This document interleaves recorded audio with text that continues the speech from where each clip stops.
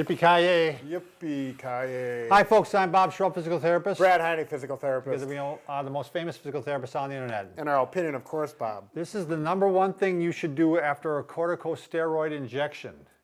How is that for being enticing, huh? Right, and where are we going to get this injection? Well, from a doctor. You don't do this on the street, Brad. Okay, this isn't good. something you get from your neighbor. Right, so you may get it in your back, your knee, your hip. There's Oh, I see. Is that what you're talking about? Right. Yeah, it don't matter where the location is. You know, if you're having some pain and inflammation, what we're going to recommend is that you first try conservative treatment first, you know. Therapy, Yeah. Yep, some things recommended by us or other therapists. But there was just a guideline put out by the Royal Academy of GPs, that's general practitioners in Australia, and they definitely recommended that this is something you should try or could try as a corticosteroid injection. Again, generally after you've tried other things. Right, and this is oftentimes done with people who have severe arthritis in the hip or the knee, or you could have a back pain. meniscus problem. You Sure. could, I mean, shoulder. I mean, it's just anywhere. It's amazing. Sometimes what you're trying to do is break the pain cycle. But I'm getting ahead of myself. Before we do that, Bob. if you are new to our channel, please take a second to subscribe to us. We provide videos on stay healthy, fit, pain-free, and we upload every day. And you're certainly going to want to go over to the Facebook and like us, Bob and Brad, because when you like us, we give you positive vibes. There you go. How can you live without that? All right, so we're going back to what I was talking about. You get the corticosteroid shot. What you're trying to do is break up the pain cycle, because quite often what happens, a joint will hurt, and so you don't move it, and then you brace it, and then it starts hurting even more because joints want to move. Right, that's how they get their nutrition, through movement.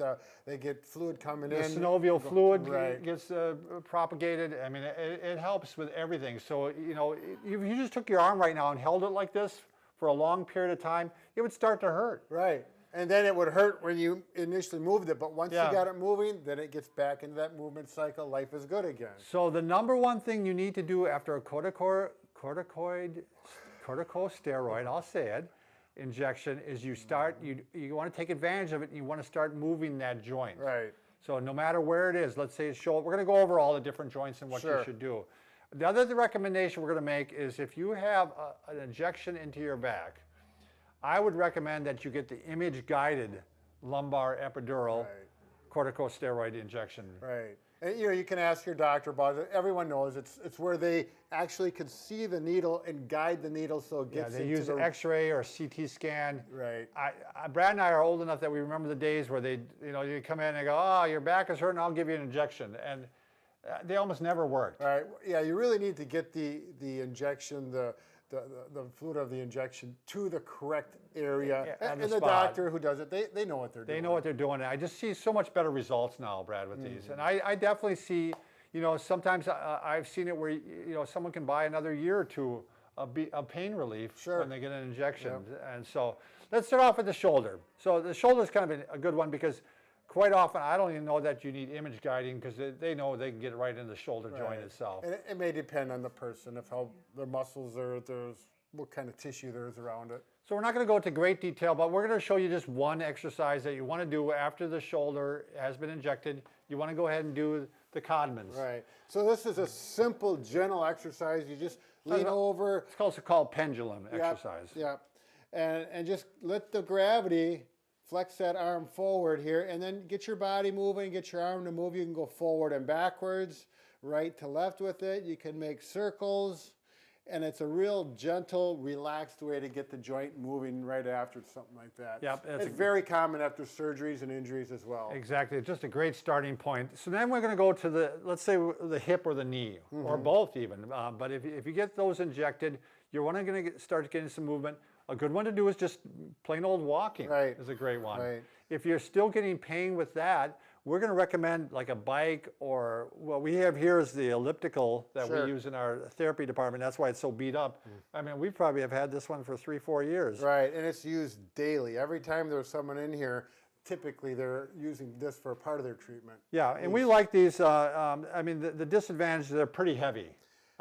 This is the part that you buy right here. Brad made this one because usually you have to put it up on a 2x4 or something like that, and usually you want 3 inches because these are actually made for standing. Is what they're originally made Right. for. But we found that if you can sit down and you can pedal with it, get really good ankle, knee, and hip range of motion without the weight-bearing pressures, which is, in this case, what you want. So it's the InMotion E1000. Again, we bought a ton of these because Right. we use them all the Right. time, and they move very smooth. Again, the only disadvantage is they're very heavy.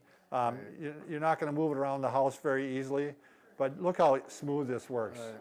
So you can just easily start getting some knee motion and hip motion. So, I mean, even the ankle, we got knee, Yeah. we got hip, and you can vary how much you flex as far as how close you move the chair to it, or if you slide Right. the chair back. If you're in a wheelchair, this is excellent way to get legs and hips and arms moving if you're unable to walk and you are in a wheelchair for that reason. So, And we got these listed below in our favorite products on Right. Amazon. And then we're also going to have to put out the advantage of, and this is the knee glide, the advantage of the knee glide, and Brad and I invented this, by the way, created it, Right. and it's so lightweight. right, it's lightweight and it's just versatile. You can take it with you. We use these all the time for After knee, knee a lot of times for replacements. knee replacements, ACL, meniscus injuries, all works really well. You My get some- wife, hurt her knee, Yeah. and we had her using this, and she didn't like how much the ankle stress it had when it was flat, so she would flip it up on the. We have a little.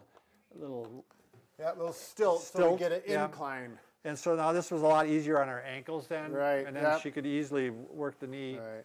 And it does make the quadricep work a little bit more that way. And if you want to flip it this way, it emphasizes the hamstring effort and strength. And it's amazing. That doesn't look like much, but when you do that, I'm feeling the hamstring. yeah, you definitely, particularly if you've got an injury or something, you'll definitely feel the hamstring working harder. And then eventually you can add a little weight to it even. You can put Sure. an ankle cuff around it. Yep. So, Yep. And All then right. you can easily just put it in the closet, hang it up, and it weighs all of 2.96 pounds or well, so. I always like to show how I can do a curl with it, Brad. I can do a the one finger curl. One finger Yeah, curl. Look so- at that. Yeah, you can do one finger curls and get that index finger going. All right.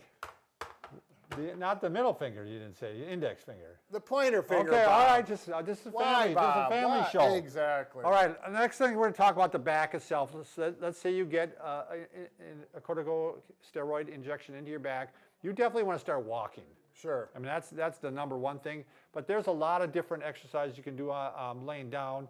Do you want to show the rotations and the knee to chest, Brad? Yes, I do. And then I can show the extension. Excellent. Yeah, I mean, sometimes walking may not be an option. Maybe it's winter time, you cannot get outside, you live in an apartment, but you can still get some good range of motion. Particularly, I have people before they get out of bed in the morning. Yeah, absolutely. This is a great one to do right before you get out. For a lot of people. Right, sure. Even if you haven't had an injection, this is Yep. a great one to do. Both knees up, feet together, knees together gently. And I always say, just pretend your legs are like a windshield wiper in a car going right to left.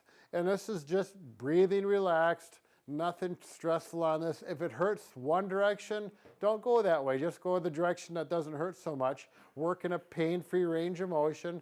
And gently, as you work it more, particularly after the injection, you should see that range of motion improving. And then the next one, you bring a knee to chest. You might just start out with one knee, and you can use your hands, obviously, to help that knee.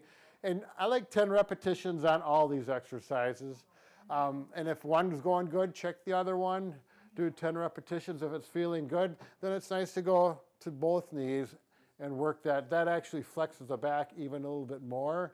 Help those facet joints get some movement and get that mobility moving. Again, it should all be pain-free. If it bothers you to lift both of them at the same time, don't do that one because Right. it could hurt your back Yep. to do it. Do Yep, both. sometimes that is uncomfortable, pretty So common. I'll do the extension, Brad. Oh, so sure. For a lot of people, of the population, especially if you don't have spinal stenosis or spondylolisthesis like Brad does, the movement we're going to want in your back is to try to get some extension because this is a movement that a lot of you are going to be lacking. Yeah. So you put your hands below your shoulders like this, and I'm pressing up. And we've emphasized this one a lot. I do this one at least 3 sets of 10 a day, at least. Now, Bob's pretty old, and even though he's like an old man, I'm just kidding, Bob. He's only 50-something. Look at the range of motion in his back. This is incredible. Well, look, I can go way up that high. So. That's really good, helpful. Yeah, and a lot of people, what happens is their pelvis starts coming off the Yep, bed they because don't they like don't have enough mobility. So you want to work again in a pain-free zone. You want to make sure that you can eventually, over time, get further and further, and a lot of times your pain levels will coincide and go down at the same time. So where are we at, Brad? Oh, the neck. We're just left at the neck now. If you got a cortisone shot, I don't know how often they give shots in the neck. I guess they do, don't they? Yeah, it's not as common as the other places as far as my experience. So yeah, with the neck, you're just going to make sure you have really good posture, and you're going to just, just like the back, you're going to start some rotations. Some people, you think rotation of the neck and they're moving their shoulders. Right. You're going to stabilize or think those shoulders are grabbed by two big steel claws. That's what I tell my patients, and it's holding you there gently, and then it's just. You tell your patients a lot of weird well, things. Those things stick in their heads, Bob. They like it. They smile and they laugh. So yeah, rotations, and you could even do side bending too, if you want to throw that one in there. Sure. And extension probably, right? Yep, and all these, you're going to do them in that pain-free range. Maybe a little stretch pain a little bit, but if there's some sharp pain for whatever reason, that's a red flag. I always tell my patients to bump up against the pain. Oh, bump into it, yeah. But don't go into it, just bump into it. Bump into it. Yeah. Bump, but not in. No good. All right. Visual, Bob. I'm a visual person. I think we've talked enough now, and so again, remember, subscribe to us if you haven't already, and once again, we can fix just about anything but a broken heart. There you go. But we're working on it. Say no more.